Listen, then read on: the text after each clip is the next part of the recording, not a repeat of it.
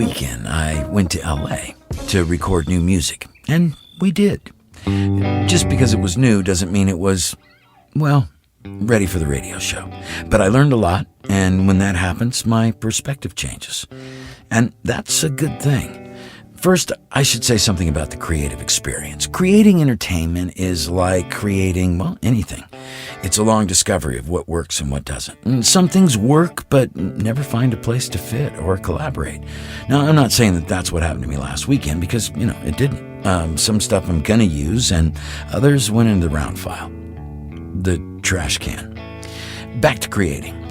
Like anything, a plan is required, but as we all know through experience, things rarely go to plan. We all know nothing is accomplished without planning, but it always changes.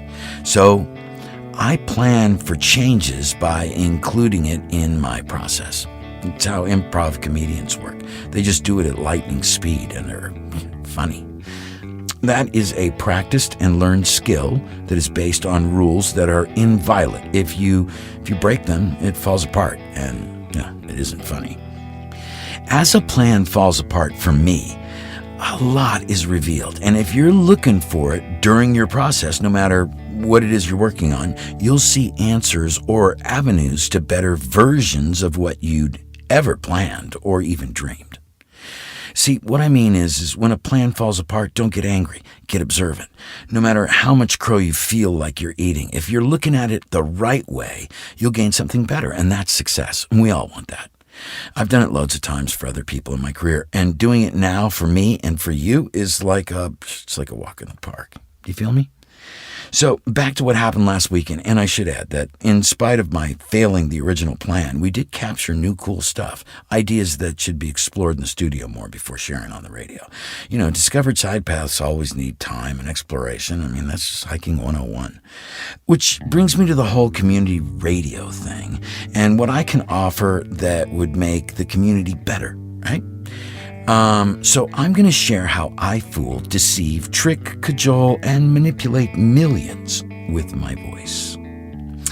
And how the public is really defenseless if you don't know what to look for. See, voiceover is closing a sale in seconds. It happens so fast and sounds so normal. I can give the impression we're friends in a few words. After that, you're open to whatever I say, and some of it, and most of it, is stuff people shouldn't even have or never need in most cases. Country folk are a lot like, the native Indian nation peoples. Wisdom is a cultivated possession and second only to integrity. In the country, you help your neighbors because without them out here, you're alone, and a lot can happen in that place. Alone. Everyone strives to be self-sufficient, but any realist knows that isn't the case. That being said, the tricks I use are designed to cut through those virtuous traits and morals like a hot knife through butter. Now, unless you're hunting for, booby traps like a mental warrior when you flip on the TV, radio, or internet, you will be tricked. See, I figure if I show you how to guard against the tricks done in most entertainment, we can make Mariposa better for us all. Is it cloak and dagger? I don't know. You be the judge. We all have to decide for ourselves. I'll be honest, and this is interesting, this radio show's the first time I've ever been able to do real honest on the air. It's fun.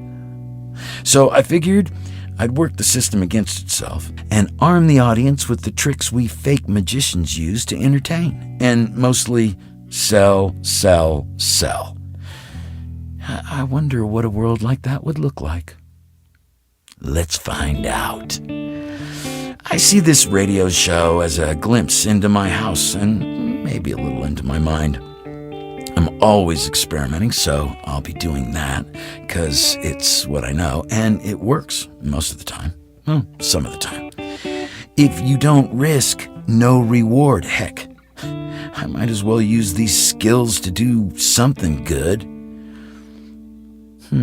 Truth is weirder than fiction. This is Hollywood and Hollywild Radio on 98.5 LPFM and KRYZradio.org. Today, we're going to talk to a library scientist, Alex Smith, who does what he does in what can only be described as artistically, and to a teacher, playwright, and actress, Margaret Medina.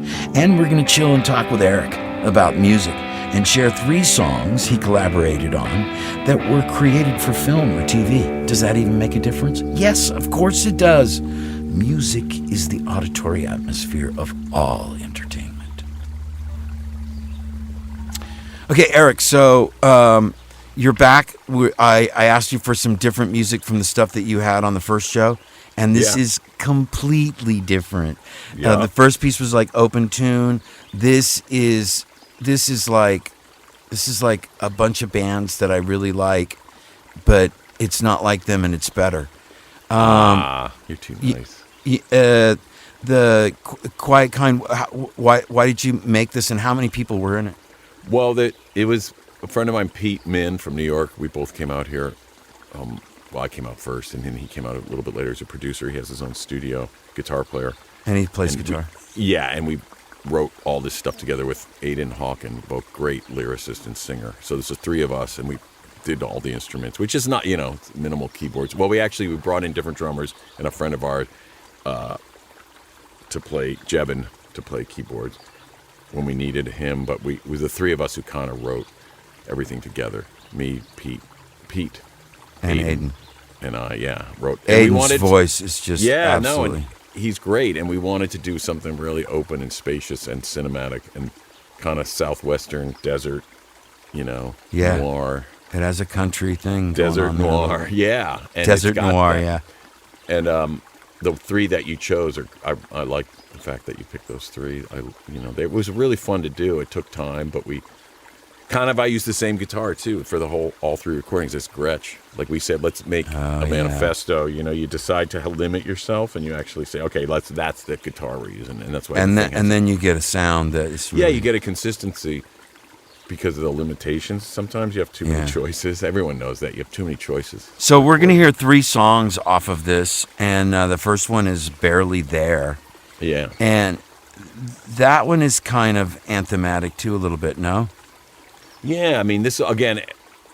I was more responsible for the music, the guitar, where Aidan was definitely the one. He'd bring in different ideas. It took him time. We would record the music with him, sitting there, and he'd be listening and writing, and then he'd take it home and work on it. So it was kind of, he's the one who brought all those great vocal melodies. And wow, I mean, because they are just so delicious on all 3 of these songs. Yeah, he's super talented. Yeah, I mean, the energy and it musically it connects in an emotional way. Yeah. The message is a little bit difficult to make out sometimes, but I think it's supposed to be oblique. I think he really enjoys painting pictures. You're not sure. You hear a great 4 words in a row, and you're like, it feels like that. It's in that world, It's not a narrative. It's definitely. And then the last song that we're going to hear is "Arms and Enemies," and that actually had a life, which was nice because what we made this 5-song EP, gave it to our friends, gave it to our, we all had publishing companies, and gave it to them, and they latched onto "Arms and Enemies," and that song ended up in season 6, the last episode of Grey's Anatomy, the last show. Last scene, it really deserves it. It's such they played the whole thing. It was amazing. It's a magical end to a nice. Thank you, man. Yeah, it was really sweet. So last week we talked about the Hailers. This week we're talking about more of your incredible music. I got tons but tonight, on you. I got tons for you. Yeah, but tonight we're gonna be playing in Hollywood together at Cascade. We're going to be recording some jams with some other really special people. Yep. And then we're going to bring that music back, and we're going to share it on the radio show. It'll be fun. It'll be cool. Yeah, dude. And I want to hear I'm looking forward to because I know you're living up there in Holly Wild, and I want to hear those. Oh yeah. We'll do some word word songs. Poetry. I know you got it. Yeah, well, I got 3 pieces that we can play around with. Yeah, and then I want to hear it. I'm excited about that. And then we'll be able to share those. Maybe we'll make an album of it and make it available to everybody. Yep. That'd be really cool.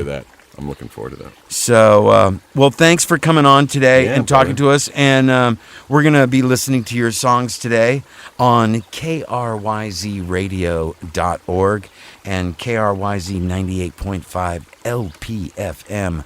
We're low power because if we went full power, it might be too much. All right, dude. So that's great. I love that. This is Barely There from the album The Quiet Kind.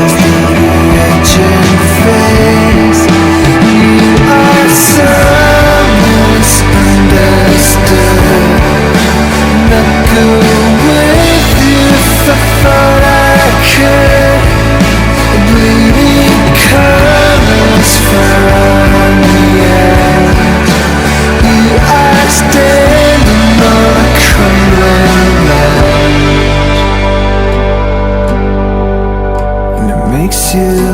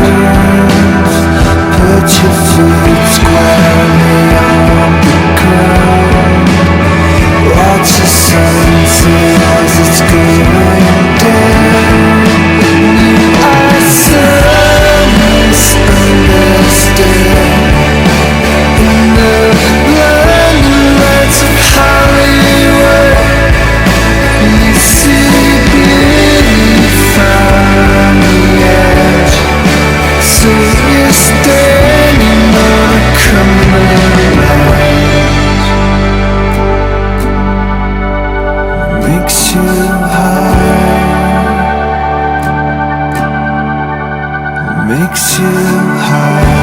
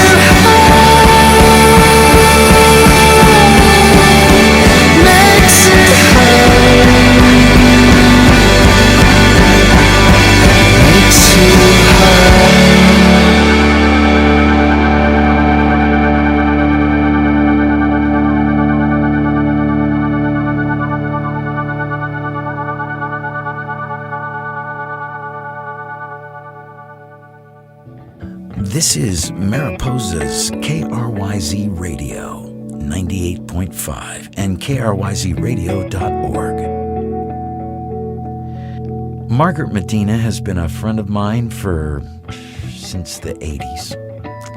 And I'm really excited to get her on Hollywood in Hollywild Radio. All right, next up, we've got Margaret Medina, a playwright and actor and a longtime friend and acting buddy of mine from way back in the day. Margaret, thank you for showing up on and coming on to Hollywood and Hollywild. Absolutely, I'm thrilled to be here. I'm super excited to have you here. Okay, so we've known each other since last century. Oh God. Well, I know, 85, I want to say. Yeah, and we met in an acting class, right? Yes, we did. Virgil Fry's acting workshop. Fry. And just to give, Virgil Fry was no slouch. He was actually he was a pretty well-known character actor. He knew a lot. He knew loads of people in the industry. He did, and he taught us a lot about acting, and he marched with Marlon Brando in Selma, Alabama. Yeah. And he taught us a lot about activism and how we need to use our voice as actors and activists. And his daughter is Soleil Moon Frye, the actress as well. Yeah, had her own show, Punky Brewster. Punky Brewster, right. That's right. And then we both went off in our careers in different directions. And you ended up, as well as continuing to act, and you still do, a playwright. And I know, I'm not surprised, but I was surprised when you called me up and asked me to be in one of your plays, but that was fun. I mean, we hooked back up, like on Facebook, wasn't it? Yeah. Well, it was great that you showed up for the reading. Yeah. And then you called me and said, I love this play. Yeah, I want to do something. It's so big. It's epic. It's like the Greeks. And I went, can you come down and audition for it, please? Because I always loved your acting, and you were perfect. Okay, we should tell everybody where the play was. First of all, give us the name and tell us a little bit about the play. It was at Casa 0101 in Boyle Heights at Josefina Lopez's theater that she started. And the name of the play? It was first started as a little theater. It was a bridal shop. And at that time, she grew up in that neighborhood, so did my father. And it was a port for a lot of immigrant Mexican families. And, my dad's story, he was born in a shack in Boyle Heights. And then Josefina always wanted a theater in her barrio. And so she got a bridal shop and then turned it into a theater. And I was one of the first shows to go up there with Margarita on the Rocks, my one-person show. It was great. And, she said, we just raised this much money tonight. Here you go. And I said, take it and just go forth and prosper and make this a theater that just. I think it's sweet that she respects people by giving them, a monetary expression of it. Is it equity waiver? It's equity waiver now. Yes, big casa. So, anyways, it was little casa, and then she ended up getting big casa, which is down the street. You're right, and Casa 101. So that's where my graduate thesis and first play was produced. And a good time was had by all, right, David? That's right. I didn't know that was your thesis project. Yeah, I went to grad school for creative writing, Goddard College in Vermont. Whoop, whoop. Yeah. And I spent 2.5 years with that sucker. By the time I gave it to Josefina, she said, this is great. However, this, and this needs to happen. And then I had to take her notes. And then eventually it was put up. And I was very grateful. And Claudia Elizabeth Duran directed it, and we had a great time. Yeah, we did. It was wonderful. We had a really big fun. And I also want to point out that almost nearly every house was packed. Yep. We had a lot of people down there in that little theater. And, and the... Little theater, it's not so little. No. But you know what I mean. I know, it's not 1,000 seats. It's not the Dorothy Chandler. No. But I'll tell you what it's got that the Dorothy Chandler doesn't have is the culture of the place where it exists and the culture that's in its shows. I got to play a token white in the production because it was. That's right. You were the only white guy in the whole production. The rest were all Latinos. That's right. But I had a blast.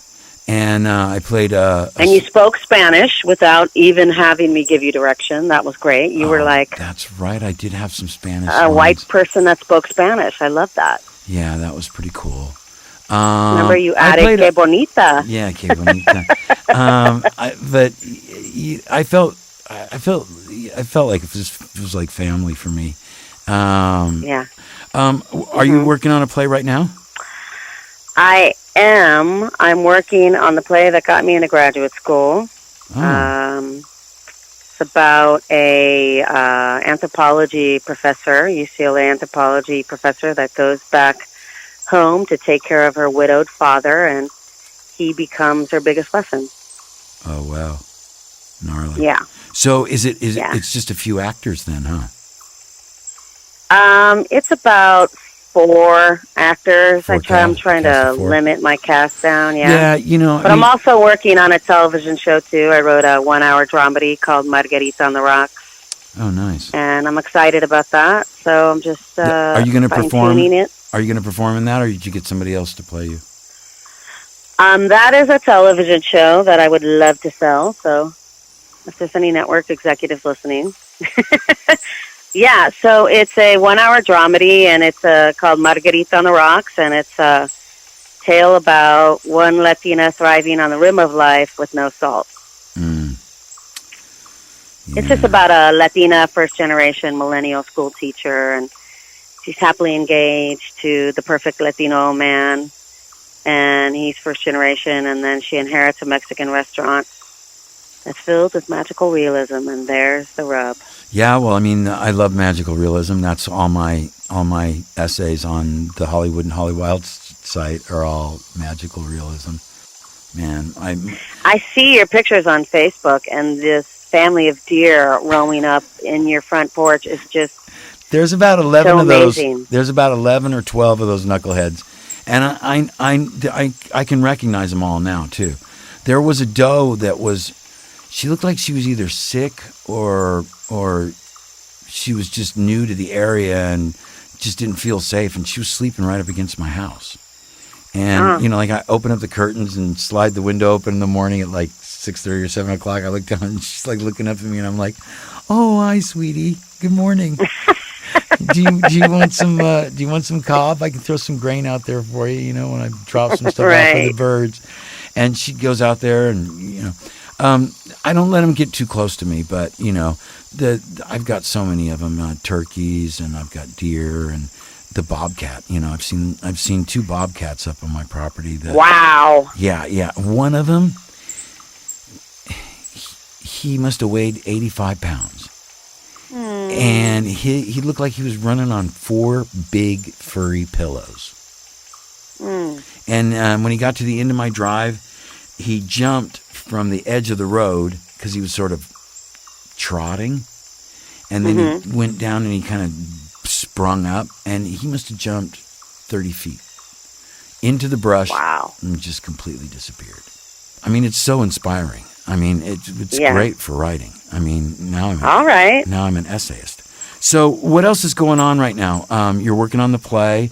You do. I'm working on that play. You've got some writers groups. And I do. I have Margarita's Garage that I started on Tuesdays, where people come. At first, I wanted it as an all-Latina group, and then a friend of mine, Cheryl Anderson, wanted to be a part of it. I invited her, and she's the token white went person. to Yale, an actress, and she's a beast of a talent. I know the token. No. She's a very beast of a talent that went to Yale, and she's writing a one-person show. and about, what it was like growing up in the Mormon faith, and Wow. all that good stuff. Yeah, it's pretty powerful and amazing. She's an amazing writer. And then I have Maria Elena Fernandez, who is a professor at Cal State Northridge, who's an amazing writer. And then her and I actually already performed our stuff at Little Casa.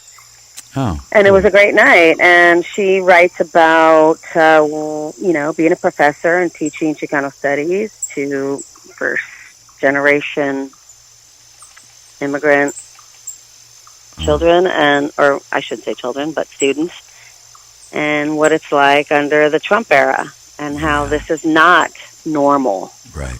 What's going on. Right. So, it's pretty good stuff. Pretty good stuff. And so in 12 weeks, we have to have whatever we have done, and we have to go out into the community and present it. Oh, sweet. And Are you it allows for us to have a deadline.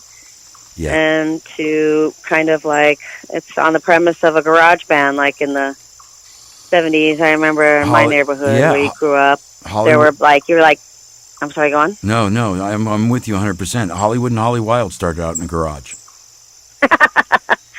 Yeah, you'd walk around the neighborhood and you'd hear, God, they sound terrible. And then all of a sudden you're like, wow, they're sounding pretty good. I know. And then they the next opened time up the garage and then they were jamming. Yeah. Yeah, and they were jamming, and then there was a keg, and, my friend then tickets.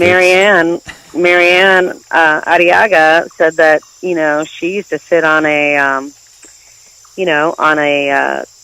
box and hear Santana play. So I was like, wow, okay, well, your experience was different from mine. Yeah. But it's to basically encourage writers to find their voice and put it out in the community. Yeah. So, yes. Well, listen, thank you so much. About. Thank you, Margaret, for coming on to the show. Do you want to come back and hang out again? Absolutely. I'm on my way up soon. All right. All right. You'll see me in the summer. Very cool. Very cool. Well, ladies and gentlemen, this was our interview with Margaret Medina, playwright and actress. And we're going to definitely have her back and keep an eye on what's going on in her life so that when she comes out with her new one-woman show and any other plays that she might be Or television shows, we'll be able to stay abreast of all the cool stuff that's happening. There you go. Thanks for bringing it today, Margaret. And I love you, and I will talk to you soon. I love you too. Thank you for having me. It's been a pleasure. This is Hollywood and Holly Wild Radio on 98.5 and KRYZradio.org. This is from the album The Quiet Kind, titled Once They Left.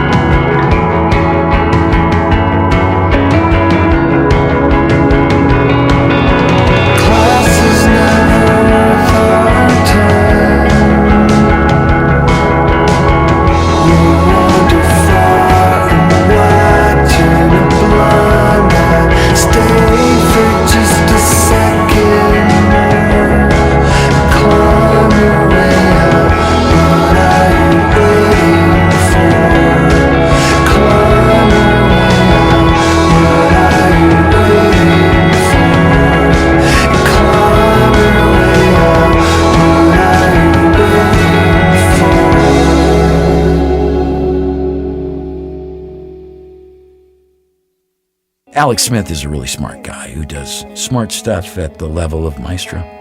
He sees things others don't, but he shares it for a living, and that is very cool. He has a bold new idea that's been around for years. He's hacked it, and we'll find out what that looks like and how it could change agrarian thinking. Alex, thanks for being on the show today. And can you describe a little bit better than I did in the introduction exactly what you do now? Oh, absolutely. Yeah. So, it ended up that at NASA, we were taking, tons of real-time data from satellites, rovers, you name it, and doing some kind of, detect anomalies or weird patterns or things in this data and displaying it in real time on the web, basically. Mm-hmm. That ended up being a knack that came in really handy in a bigger data place. Like NASA had so much data, but I kind of hit that top of the ladder and I was like, I think I've done everything. It's all structured. There's only so much I can find. Right. There's a place for bigger data and it's called the internet. Right. And so I jumped on early. When I left NASA, there was only one place that I wanted to go. It was the only place I'd ever interviewed. And, I interviewed there and I stayed at NASA for about a year and a half. But, they stayed in touch. And when I was done at NASA, ready to go and 3D print houses off the grid, the CEO of the company, he kept in touch over time and luckily reached out to me and they offered me a remote gig. There were still only about a 5 to 8 man team in the Presidio in San Francisco, then a startup. But, we're 100 people strong now and growing like crazy. How many? 100. Yeah. Wow. We take the whole, everything said on the internet. So you imagine if, a YouTube video or a TV broadcast or social media or traditional media, anything being set out there, really, we kind of grab it in real time. We tag it. We do some machine learning on it and store it and then visualize it. So my part is to visualize it. So my product is something that you could imagine you have 20 giant, 55-inch thin bezel screens on a wall, right? A huge wall of analytics. So you have maps, you have videos, photos, all the things that are shared online, and I just make sense of what's being said. I mean, if you could imagine the volume of what is out there, people really care. And for me, it was I signed up to give people a voice. I mean, we do a lot with political campaigns, and I'm, super active in all kinds of ways with politics, but it was an opportunity for me to help give people a voice so that people could at least know here's what we all think in buckets, right? So it's been immensely successful. I mean, it's unbelievable. And yeah, I still do the remote thing. I'm out here off the grid in the middle of nowhere, Old West Nebraska. It's pretty weird out here for sure. But it's beautiful. It gives me a lot of places to test kind of greenhouse tech that I'm doing. I mentioned 3D printing stuff. So I started 3D printing pieces for geodesic dome greenhouses with this, much bigger plans and ideas. Yeah, it's been fun. I needed a place though with lots of high wind, lots of cold temperatures and snow, but lots of heat in the summer. So it's perfect right now. Wow, that is fantastic. So you would say basically that you're a hacker. You take things that were designed for one thing and you make other stuff out of it that was not necessarily intended. Absolutely. Yeah. Because that term hacker, so many people get it confused with I'm breaking and entering and, that creepy troll in some basement breaking into all the computers. No, it's more about building and, doing the unknown things. And it's such a small pool. And, it's weird to, it's an anomaly to be very creative, but very, understand software, technology, physics, all the things. But yeah, it's kind of tough to bucket. It's I don't even know what my job title is. There's so many things. Because it's part physics, part art, part, just creativity, thinking just throwing the box out the window and saying, what is a box, or a container? It's that kind of stuff. But I love it, man. It's what I was really successful. I mean, at NASA, I had no business being there. No degrees, no advanced training. But wait a minute though. You came in there and you started visualizing information, and they went complete. They flipped over it, and then you also got to work for. Didn't you do something with the rover thing to help them visualize the terrain or something like that? Yeah, I mean, that was about 2-3 years in. I mean, the first couple of years I was working in the library. I was that's what my degrees were in. I got a degree, a bachelor's degree in music business, wanting to be a rock star. They crushed that dream, by years. So then, forced with crippling debt, I was like, well, now what? So I got a master's degree in library science, knowing that libraries was an easy job. I knew I liked this web thing. That's what I wanted to do, is make interactive web tools, but that didn't exist yet then. So I settled, and I was like, okay, I got a family. I'm going to do this, do the right thing here, do what I'm supposed to do. So I got into libraries, and I was successful. And, NASA and I found each other at some juncture, and I came online, with their library, and it was the most advanced collection, in the world, arguably, at the JPL library there in Pasadena. And so I spent, 5 years there. But yeah, the first 3 at the library really, working on, automating everything I could, which was my own job, essentially. So by the end of it, I am visualizing data for fun, taking every paper that was ever published and cross-indexing all these things and making this huge, beautiful visualization of everything. And there was a 5-minute lunchtime talk. I mean, this was when I was pretty burnt out too, and not knowing what my future is. There's a talk. They have these random talks where everybody can submit their thing and have 5 minutes at lunch to share. And this one was about art meets data.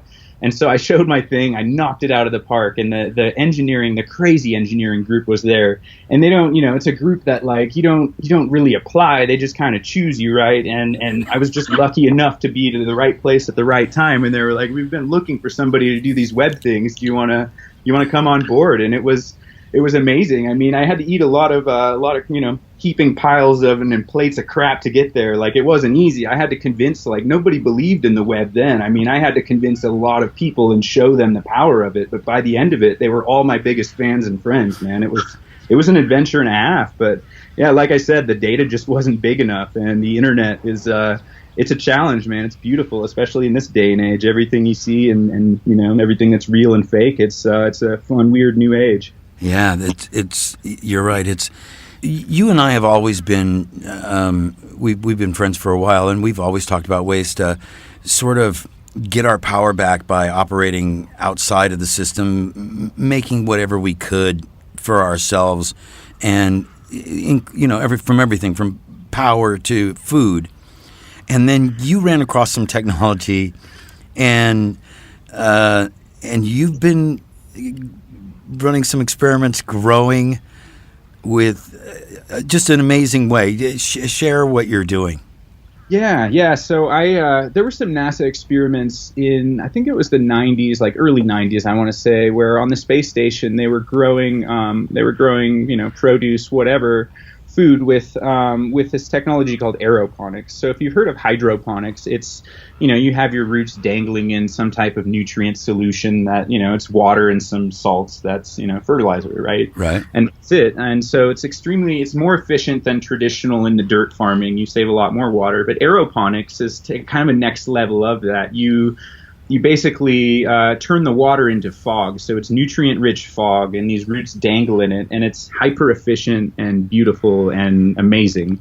And so it works great on the space station. So a lot of people replicate that on Earth with the same tech.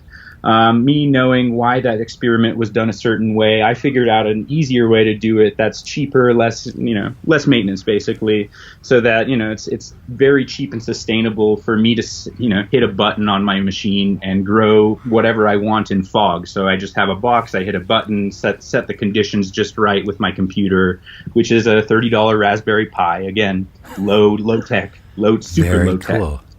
Yeah, man, I want to make it so that, it ultimately takes me 9 gallons of water over the course of, a few months, a full harvest cycle to grow, an ounce of any given produce you could imagine. So that's, the numbers are just crazy, and it's so low maintenance and simple. So it's something that, my dream is really to, enable kind of sustainable agriculture, Yeah, so really it's my dream to kind of take sustainable agriculture and really, blend it into something that any community can maintain, operate, and use to produce food. Because I think food is a huge single point of failure for America. I mean, you think of the drought in the Central Valley, for instance, and then or the amounts of water that we're using there. I mean, the water table used to be at 50 feet, and now they're digging all the way down to 3,000 feet to get water.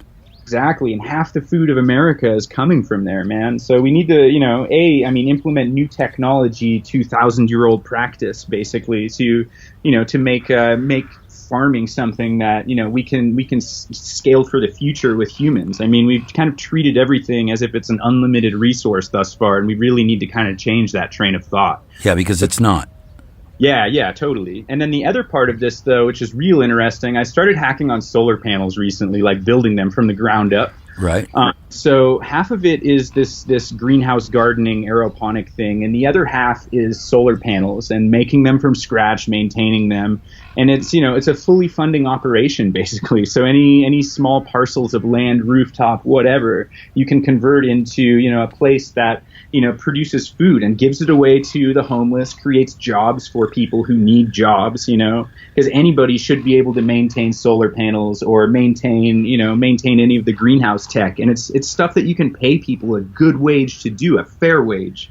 And, really just kind of change everything, the way we operate and the opportunities that we have across America with food and technology and sustainable things that I can say that in 20 years, I can buy the exact same replacement part on a shelf and it doesn't need to change. I mean, technology's gotten good enough at this point that we can start applying it to things in this nonlinear fashion. And it's sustainable. And I think that's where we're missing the mark right now. We've kind of, it's been this nonstop trend of evolution that's been kicked off by the Industrial Revolution. And that was a needed thing. Definitely. I mean, you think of modern medicine, science, technology. We needed all this from the Industrial Revolution. But on the double edge of that sword, we've also killed half of the half the forests on this planet. I mean, we're killing the planet, and the what I see as the main problem behind that is an addiction to unsustainable levels of profit, and this new phenomena of the voice of the ultra and the mega rich. The mega rich don't buy extra pairs of jeans. They buy the same amount of pair of jeans as anybody else does. They eat the same amount of food as everybody else. But, because they have amassed so much money using tricks and everything else that they want to buy a bigger vote and have a bigger say, and it's still just one person. And so everything's gone kind of off the edge of the cliff because people, it's this drive to have massive amounts of profit, and then none of these people do anything with this money. They hoard it, and so they've got resources separated from everybody else. Let me ask you another question that I would love to hear what your idea about this is. So one of the things that you wish for next are these. They sound like almost like containers that you could just drop off. You put 100 gallons in one end, and at the other end you go and you take vegetables out. And what else do you think? Where do you wish we were next? I mean, I think it's more, I guess, on that opportunity of people side of you see, like, what I really find interesting is going from a place like LA.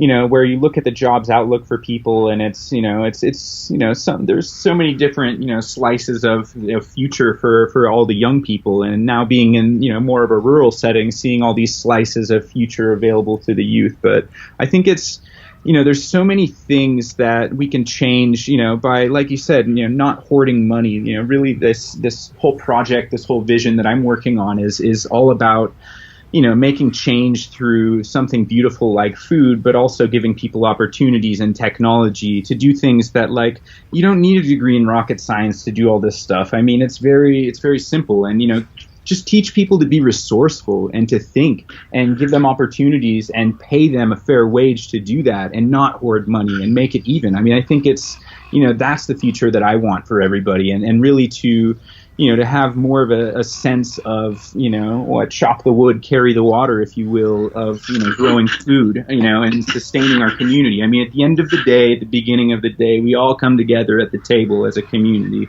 We have since the beginning of time, and we've eaten together and shared. And, it's that community part of it, and it helps build and foster that as well.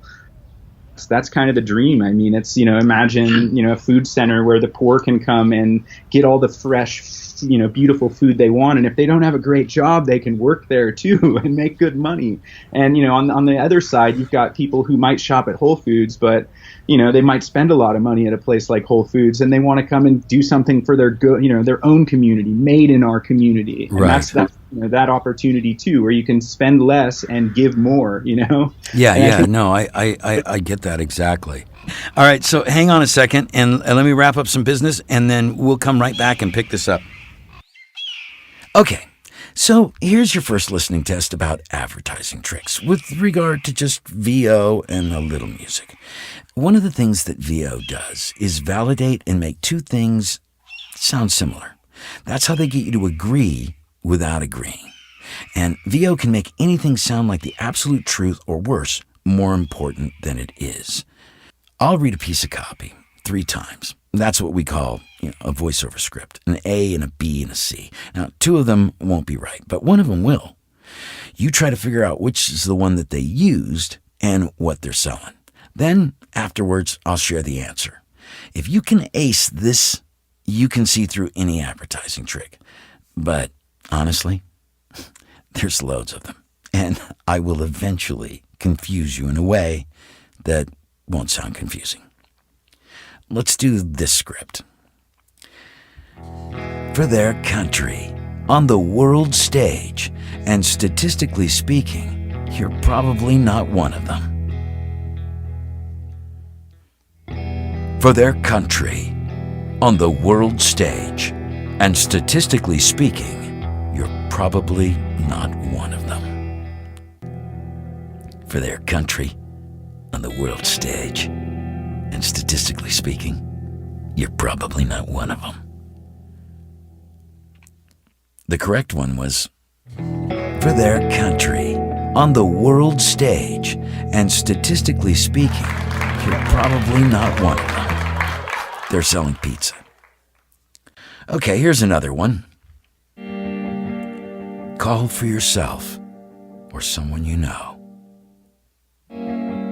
Call for yourself or someone you know.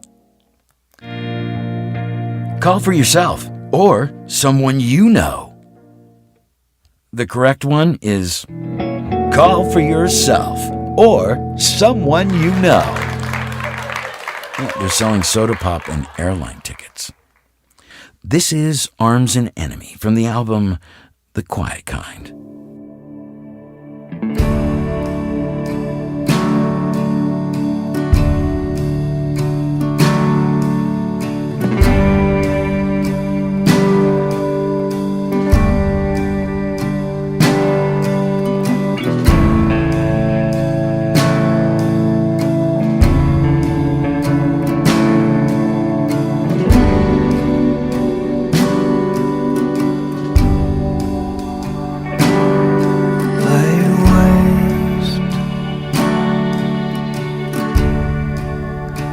Objects and industry,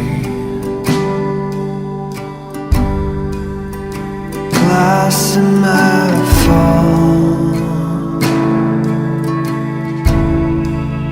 and fracture in front of me.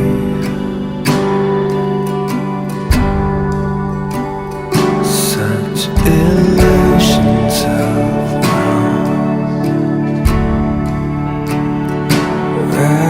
collections on shelves, covered in gray.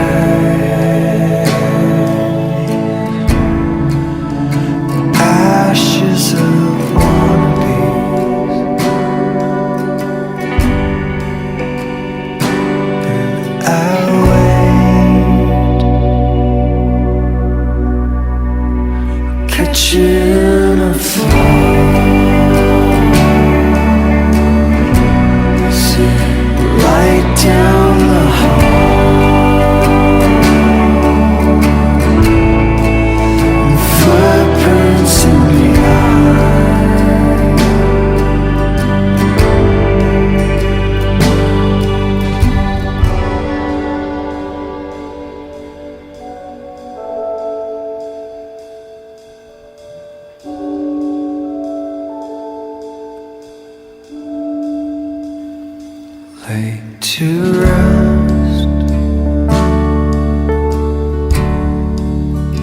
to arms and enemies, fragile and small, warm body next to me. I sit near the olive tree,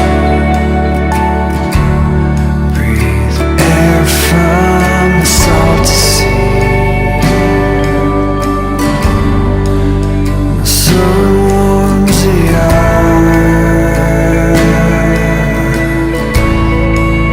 your cold body underneath.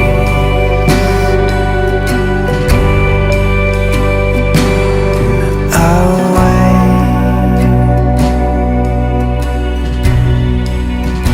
kitchen afire,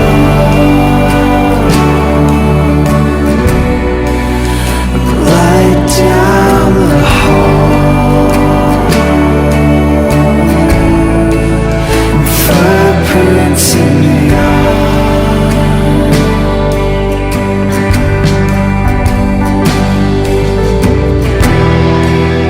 children in bed, quiet girl rests her head. Anyone can see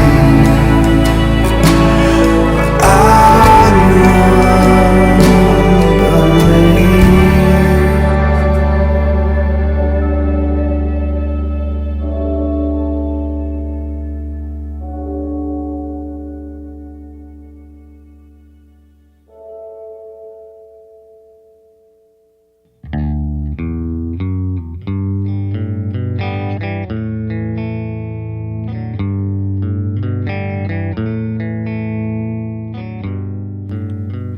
You know, for 40 years, I missed the change of the seasons.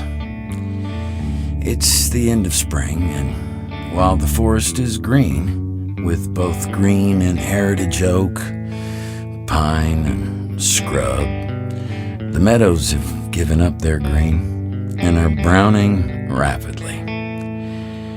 The last of the fireworks display of wildflowers is in its final throes. Nearly everything is gone to seed. There are just some tall blue flowers left. And when they get finished being pollinated by the bees and the bugs, I reckon they'll die too. And their seeds will be added to this year's record of spring to wait till next year's winter to end and begin again. You know, that means that now is the beginning of fire season. Last year, a fire came within 1.5 miles. Your sparks can travel that far in the wind. Very scary. I was all brave. I thought, I've got a well. I could stand against it. And then the power went out.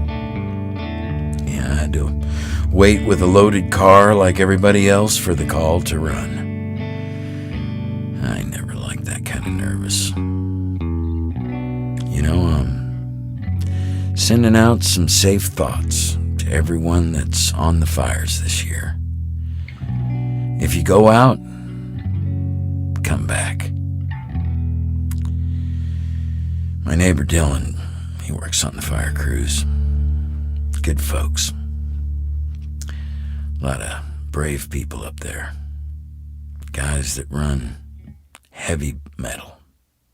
The big bulldozers. Well, we're just about out of time, for this week's show. But next week, we're going to talk to a real, live supermom. Even supermoms think she's super. And to a live TV director. He does all kinds of stuff like sports shows and stuff on everything. Guy's brilliant. It's a crazy job. And you know who else we're going to talk to? We're going to talk to Eric about his favorite subject. Music. Listen to that guy play. And you know what? I have to say a super thanks to two guys I grew up with as a kid. Gary and Mike Sanguine. We grew up together as kids. We got in a fair amount of trouble, but we never got caught. Gary forced his little brother into bringing me a top-of-the-line concert sound system to record the jam session this last week, and I have never heard sound in a room that wasn't a professional studio. That unbelievably fantastic. But we're going to get Gary on the show, and we're going to hear some of his stories about mixing for superstars like Prince and being on the road with, oh my gosh, all the parties. And, maybe we'll just talk to him about his horses. I've seen the pictures. He's got some beauties. I miss riding. But we won't miss Gary. We'll get him on here soon. Maybe with Eric, at the same time. They used to work in the same office. The concert hall. You've been listening to Hollywood in Hollywild Radio on 98.5 KRYZ LPFM and KRYZradio.org. Broadcast from beautiful Mariposa, California, nestled in the Sierra Nevadas, on Earth, in the Milky Way galaxy.